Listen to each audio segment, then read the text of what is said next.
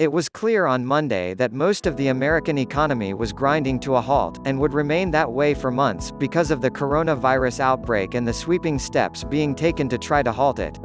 When the White House warned all Americans to avoid restaurants and bars and not to gather in groups of more than 10, it left unanswered the question of precisely what individuals and local governments should do, or how business owners and workers might survive financially, at a time when vast sections of the economy were ceasing to function. On Wall Street, brokers and analysts were acting as if an economic collapse were inevitable, despite the Federal Reserve's emergency moves on Sunday night to stoke economic growth through an aggressive bond buying program. The S&P 500 fell nearly 12% on Monday and global oil prices slid below $30 a barrel, a four-year low. "We're calling the recession," said Gregory Dacko, chief U.S. economist at Oxford Economics.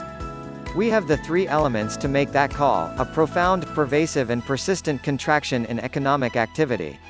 Business groups, local and state leaders and a growing chorus of lawmakers and economists begged the federal government to spend trillions of dollars to pay workers to stay home and funnel money to companies struggling with an abrupt end to consumer activity."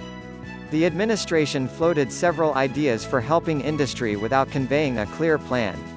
After the main trade group for airlines suggested a $50 billion bailout, Mr. Trump's chief economist, Larry Kudlow, said, "We don't see the airlines failing, but if they get into a cash crunch we're going to try to help them."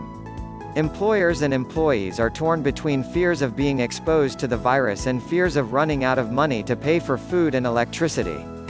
And government officials are left with the unhappy task of shutting down businesses that provide wages for large swaths of their communities.